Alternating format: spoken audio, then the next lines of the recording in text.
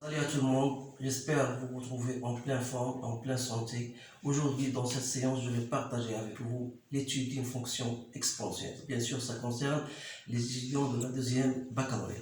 Donc, c'est un exercice, c'est un problème assez important et comporte certaines questions assez difficiles. Donc, c'est pour cette raison que je voudrais bien le partager avec vous. Donc, vous avez une fonction, la première partie et deuxième partie. La première partie, voilà, on vous donne une fonction et on vous donne, voilà les questions qu'on vous pose. Cherchez la limite de g de x, moins l'infini plus l'infini. Quelle est l'interprétation géométrique? Vous cherchez le tableau de variation de g et conclure ou bien déduire que g de x est supérieur à 0. Bien sûr, tout ça, on va le savoir, ou bien le connaître dans l'étude de cette première partie. Donc, bien sûr, vous avez une fonction exponentielle. Vous savez bien qu'une fonction exponentielle, toujours son domaine est R. Si une fonction exponentielle est toujours positive, donc pour chercher la limite, voilà comment on cherche la limite d'une fonction. La limite de g de x lorsqu'il tend vers moins l'infini. C'est la limite lorsqu'il tend vers moins l'infini de 1 x moins 1 sur l'exponentielle de x moins 1. Alors, vous savez que l'exponentielle, lorsque vous remplacez x par moins l'infini, l'exponentielle de moins l'infini c'est 0. Moins l'infini sur 0, c'est une forme indéterminée. Donc, qu'est-ce que vous allez faire? Donc, l'astuce, voilà l'astuce. Donc, l'expression de moins l'infini, 1 moins x, vous pouvez faire moins x moins 1, que je multiplie par 1 sur l'exponentielle de x moins 1. Alors, vous savez bien que 1 sur l'exponentielle de moins l'infini, c'est 0. 1 sur 0, ça donne plus l'infini. Ça donne moins l'infini avec ce moins-là, ça donne plus l'infini. Donc, qu'est-ce qu'on va dire?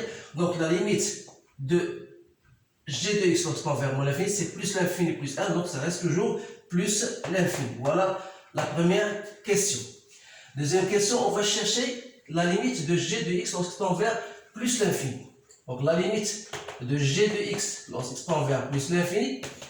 Donc, si vous faites plus l'infini sur plus l'infini, ça restera toujours une forme indéterminée. Si vous appliquez celle-ci, ça ne va pas marcher. Donc, qu'est-ce qu'il faut faire? Donc, on peut faire comme ça. Donc, limite de plus l'infini de 1 moins. Donc, il faut faire appel ou bien faire appel à ce que vous avez vu en cours. C'est-à-dire que x moins 1 sur, ici l'exponentielle, pardon, x moins 2. Pardon. Donc, vous faites c'est x moins 1 sur l'exponentielle de x moins 2. Vous pouvez changer en mettant ici x moins 2 et vous divisez par x moins 2 et vous écrivez x moins 1. Donc, c'est bien ça. Donc, pourquoi j'ai fait ça? C'est pour faire appel à la limite de l'exponentielle de t sur t. Vous savez que l'exponentielle de t sur t, lorsque t tend vers plus l'infini, c'est plus l'infini. Alors là, vous avez l'inverse. T sur l'exponentielle de t, ça vous donne 0. Donc, vous pouvez poser x moins 2 égale à t. Alors, t sur exponentielle de t, c'est 1 sur plus l'infini, c'est 0. Donc, là, ici, il reste x moins 1 sur x moins 2, c'est bien sûr 1. Donc, 0 fois 1, c'est 0. Donc, qu'est-ce qu'il reste? Il reste 1. Donc, la limite de g de x, lorsqu'il tend vers plus l'infini, c'est 1. Donc, qu'est-ce que vous allez dire? Bien sûr, vous allez dire, bien sûr, limite de g de x égale plus l'infini égale à 1. Ça veut dire que la courbe représentative de la fonction g admet une asymptote,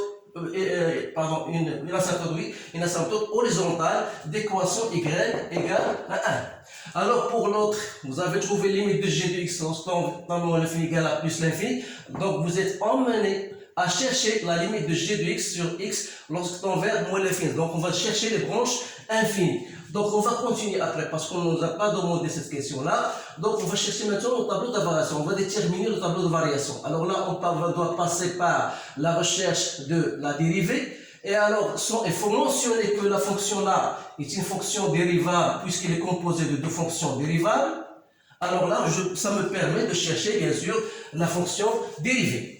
Alors, l'astuce, voilà. Donc, il y a des étudiants qui vont passer automatiquement à chercher cette dérivée-là. Donc, je peux faire un changement. Si je mets la g de x comme étant, voilà, c'est 1 moins x moins 1.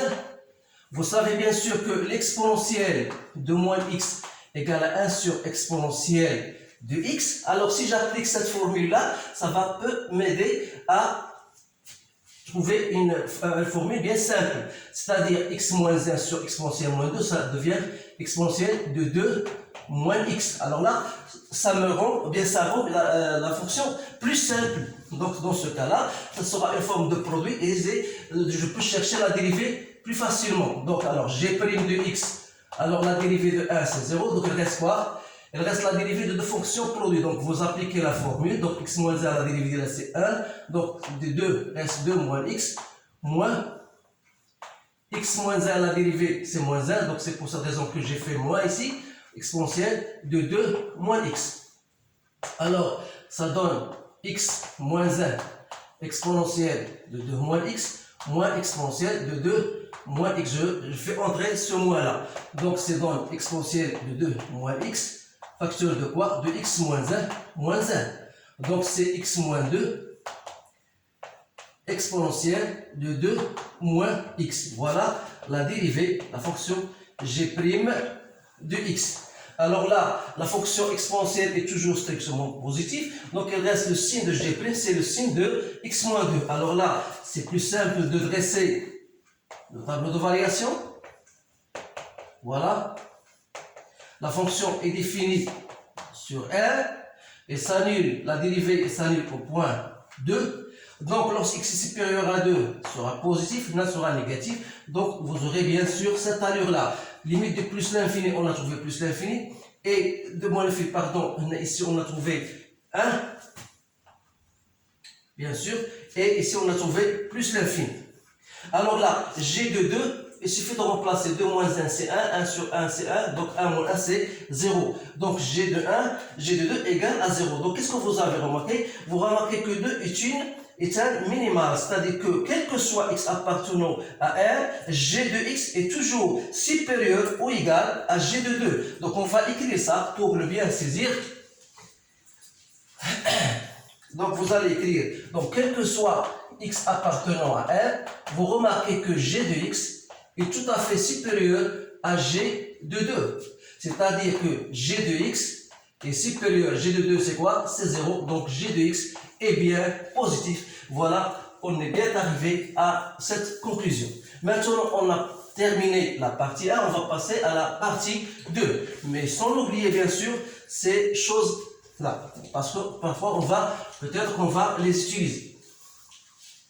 Maintenant, vous avez une autre fonction, f de x égale à x moins 1.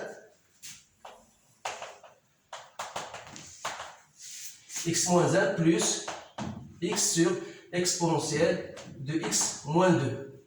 Alors là, cherchez la limite moins l'infini et plus l'infini.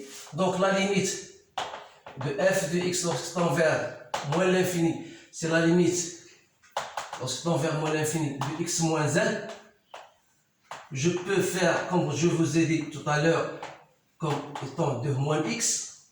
Alors là, lorsque x tend vers moins l'infini, ça tend vers plus l'infini. L'exponentielle de plus l'infini, c'est plus l'infini. Avec x, donc ça donne moins l'infini. Celle-ci va vous donner moins l'infini. Donc les limites, ce sont des choses très importantes. Il faut s'habituer à les manipuler. Donc je répète, la limite de x sur exponentielle de x moins 2, j'ai le rendu comme étant x sur exponentielle de 2 moins x. Alors là, ça va me faciliter la tâche en disant que lorsque x tend vers moins l'infini, moins x tend vers plus l'infini, l'exponentielle de t, vous pouvez poser t et 2 moins x, l'exponentielle de t lorsque t tend vers plus l'infini, c'est plus l'infini. Avec ce x qui tend vers moins l'infini, ça donne moins l'infini. Et ça, heureusement, ça moins l'infini. Donc ça, la somme, ça va donner moins l'infini. Donc c'est bien moins l'infini. La limite maintenant de f de x lorsqu'il tend vers plus l'infini. Alors plus l'infini, qu'est-ce que vous allez faire? Donc x plus l'infini, ça tend vers moins l'infini. Donc moins l'infini, c'est 0 fois ça, ça vous donne une forme indéterminée. Donc qu'est-ce que vous allez faire? Donc il faut faire un autre changement. Donc c'est limite de x moins 1. Je peux l'écrire comme étant ça, c'est x pour faire toujours appel à ce que j'ai vu en cours. Exponentielle de x sur x. Donc je peux mettre x moins 2 sur x moins 2 fois x sur x moins 2. C'est bien ça. Donc, je sais que l'exponentielle de t sur t. Lorsque t tend vers plus l'infini. Donc je sais que l'exponentielle de t sur t, ça tend vers plus l'infini. Lorsque t tend vers plus l'infini. Alors là, j'ai le contraire. J'ai t sur l'exponentielle de t. C'est-à-dire, ça va tendre vers 0. Alors là, ça tend vers 1. Donc 1 fois 0, c'est 0. Il reste x moins 1. Donc c'est plus l'infini. Donc je veux dire que la limite de f de x, lorsque tend vers plus l'infini, c'est bien plus l'infini. Donc, une fois j'ai terminé ça, bien sûr, vous allez passer par les branches infinies, on va les refaire lorsqu'on aura besoin. Maintenant, il faut chercher f' de x. Alors, la fonction f elle est composée de deux fonctions. La première fonction, qui est une fonction, bien sûr, dérivable sur R, la fonction x sur exponentielle de x est dérivable sur son domaine de définition qui est bien sûr R. Alors la somme de deux fonctions dérivables est une fonction dérivable. Alors là, je pourrais même donc passer à la recherche bien au calcul de la fonction dérivée. Je fais voilà f' de x, c'est x moins 1 plus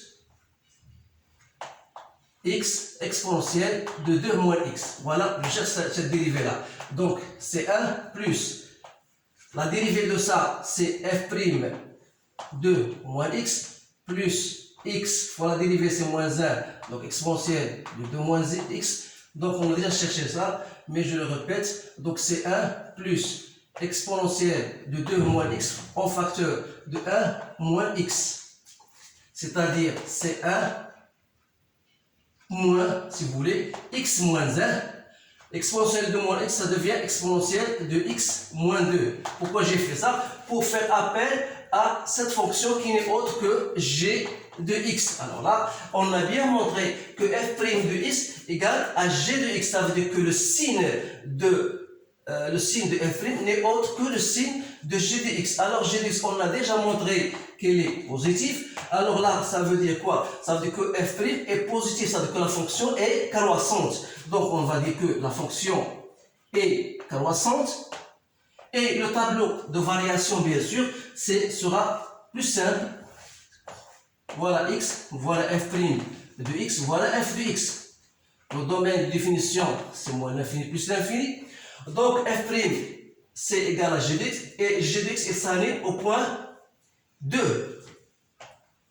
Donc, parce que g de 2 égale à 0. C'est bien ça. Donc, f' elle va s'annuler en 2. Alors là, comme g de x elle est positive, alors là, on aura la fonction, aura bien cette allure-là. Donc, la limite de plus l'infini, c'est plus l'infini. Ça, c'est moins l'infini. Donc, ça veut dire que la courbe doit couper l'axe des abscisses en un certain point qu'on va bien sûr traiter. Alors là, une fois vous avez, ça veut dire quoi? Ça veut dire que vous avez une tangente horizontale au point 2. Donc, il faut chercher f de 2. Donc, f de 2, 2 moins 1.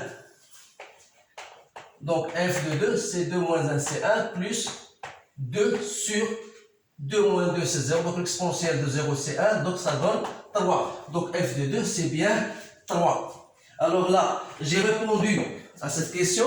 J'ai cherché le tableau de relation. Et reste, trouver le point d'inflexion. Donc, pour trouver le point d'inflexion, il suffit de chercher f seconde. Alors, f seconde, c'est quoi? F seconde n'est autre que la dérivée g'. Alors là, je mets f' de x, f seconde de x égale à g' de x. Et on a trouvé g' de x, c'est x moins 2, je me rappelle, sur exponentielle de 2 de x moins 2. C'est bien ça. Alors là, vous savez que f seconde de x égale à 0, ça veut dire que x égale à 2. Et on a dit que f de 2, c'est bien 3. Donc ça, c'est un point d'inflexion.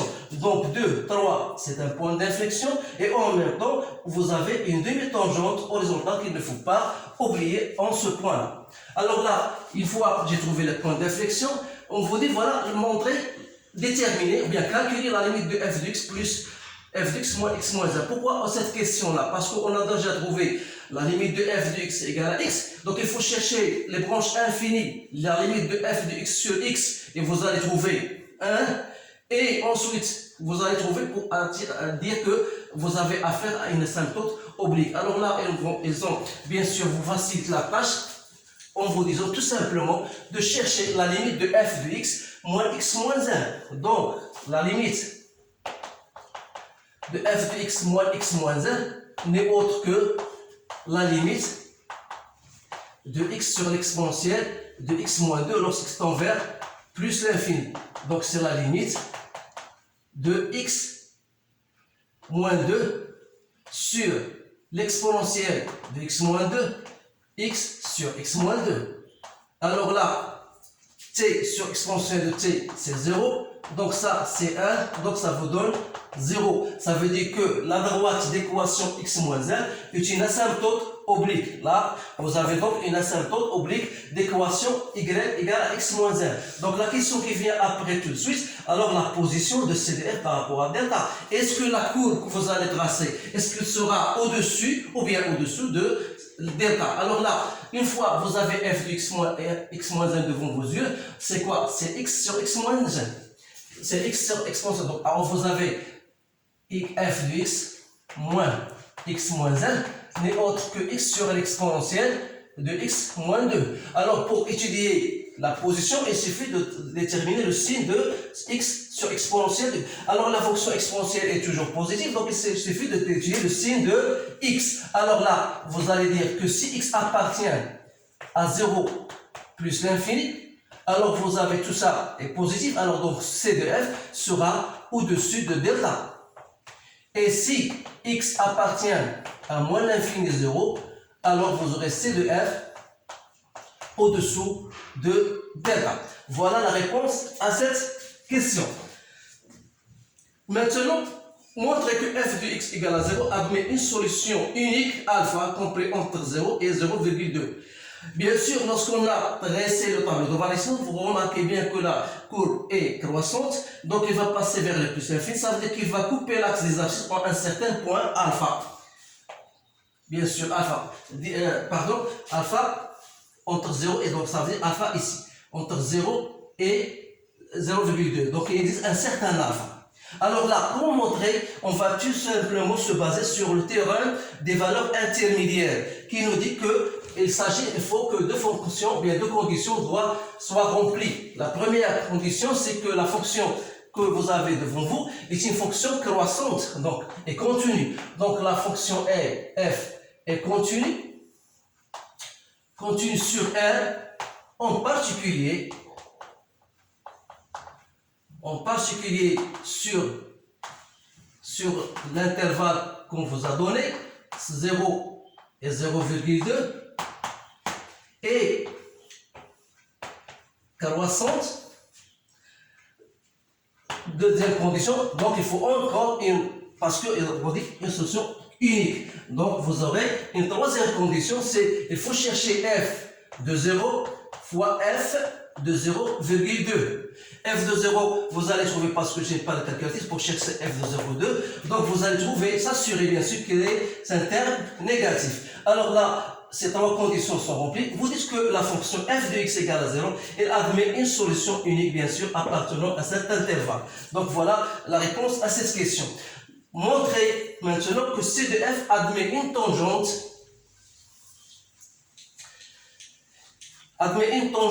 t parallèle à delta. Je trouve que cette question, c'est la plus difficile de toutes les questions. Pourquoi? Parce que on vous a pas donné chercher la demi-tangente ou bien l'équation de la tangente en un point bien donné, mais c'est à vous de chercher le point d'abord pour dire que voilà la demi-tangente. C'est-à-dire que lorsque vous avez l'équation de delta, c'est quoi? C'est x moins 1.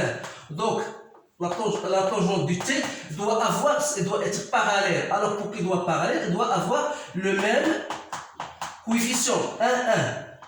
Peu importe ce qui reste. Alors là, qu'est-ce que vous allez dire? Voilà, vous allez dire que l'équation pour t, c'est f'. Je cherche le point x0, je ne le sais pas, fois x moins x0 plus f de x0. C'est normalement l'équation de la tangente pour un point donné x0. Alors, qu'est-ce que je voudrais? Je voudrais que ce f' de x0 soit égal à 1. Donc, je cherche f' de x0 égal à 1. Donc, je dois résoudre cette équation qui n'est autre que g de x0. Alors, g de x0 égale à 1, ça veut dire que ça est égal à 1. Donc, ça veut dire que x moins 1 sur exponentielle de x égale à 0, ça veut dire que x égale à 1. Alors là, je montre que x0 égale à 1. C'est une question qui se fait d'une façon indirecte. C'est comme s'il vous dit, cherchez la demi-tangente au point x0 égale à 1. Donc cette demi-tangente sera parallèle, bien sûr, à la droite d'équation y égale à 1. Il suffit tout simplement maintenant de chercher f de 1. Donc vous avez f de 1, c'est 1 moins 1, c'est quoi? Donc il reste 1 sur E. 1 moins 1, donc c'est moins 1, donc c'est bien E. Donc vous aurez donc f de 1 égale à E. On va bien sûr utiliser celle-ci pour déterminer la tangente au point 1. Voilà, donc maintenant on va tracer, donc il ne reste que de tracer bien sûr notre fonction. Donc c'est bien ça, donc c'est bien, oui. Donc le traçage de la fonction se fait de cette manière-là. Je n'utilise pas de règle, et je m'excuse, mais je vais vous donner seulement l'allure, grosso modo, de cette fonction, de cette courbe représentative. Donc la première des choses qu'il faut mettre dans un repère orthonormé, c'est vous avez bien sûr vos équations, l'équation de la tangente, x moins 1 pour x égale à 0. Ça vous donne 1, et pour x égale à 1, ça vous donne 0. Donc l'équation, l'équation y delta, voilà l'équation delta, la première des choses. Donc vous avez au point, voilà 2, voilà 3. Donc 2, voilà 3. Vous avez 2. L'image de 2, c'est quoi? C'est 3. Donc ici, vous avez un point d'inflexion, d'une part, et vous avez une demi-tangente. La limite de f de x sur x, lorsque x tend vers plus l'infini, ça sera égal, vous cherchez la limite de f de x sur x, ce sera la limite de x moins 1 sur x, plus 1 sur exponentielle de x moins 2. Donc ça, c'est 1. Donc, lorsque tend vers plus l'infini, 1 sur plus l'infini, c'est 0. Donc, limite de f de x sur x. Lorsque tend vers, limite de f de x sur x, lorsque tend vers moins l'infini. Donc, vous allez trouver, c'est plus l'infini. Donc, pour moins l'infini, ça, vous allez trouver plus l'infini. Ça veut dire que la fonction aura une branche parabolique de direction en axe des y. Donc, notre courbe là, f de 1, on a f de 1, c'est quoi? C'est E. Donc, c'est 2,7. C'est à peu près ici. Donc, voilà. Vous aurez une tangente parallèle. Voilà. Elle est parallèle à l'axe d'ici. Donc, notre courbe aura cette allure-là. F de 0. Vous remplacez f de 0. F de 0, c'est moins 1. Donc, la courbe va passer par là. Donc, voilà notre courbe. Voilà. Elle va passer au un point entre 0 et 0,2. Voilà, entre 0 et 0,2. Ici, là, il va changer, bien sûr, de direction. Voilà. Plus ou moins. Peut-être que vous allez le tracer mieux que moi. Donc voilà, votre courbe, c'est de f. C'est bien. Vous avez une tangente parallèle à la droite d'équation de delta. Et on a vu que entre 0 et delta, lorsque x est supérieur à x moins 0, vous avez une courbe qui est au-dessus de delta. Et lorsque x est inférieur à 0, vous avez une au-dessus de delta. Parce que ici, j'ai plus ou moins. Parce que f de 0, on a dit, c'est moins 1. Donc voilà, plus ou moins. Voilà, parce que entre 0 lorsque x est inférieur à 0, la courbe doit se trouver au-dessus, bien sûr, voilà, la terminaison de x égale à delta, de delta, donc il sera au-dessus de delta. Par contre, lorsque x est strictement supérieur à 0, il sera au-dessus. Voilà ce qu'il y a dans cet exercice. J'espère que j'ai bien rempli, bien j'ai bien expliqué. Donc essayez de le répéter une ou deux fois pour que vous pouvez saisir. Bien sûr, ces notions sont très importantes. Donc je vous remercie bien sûr de votre attention et je vous dis à bientôt.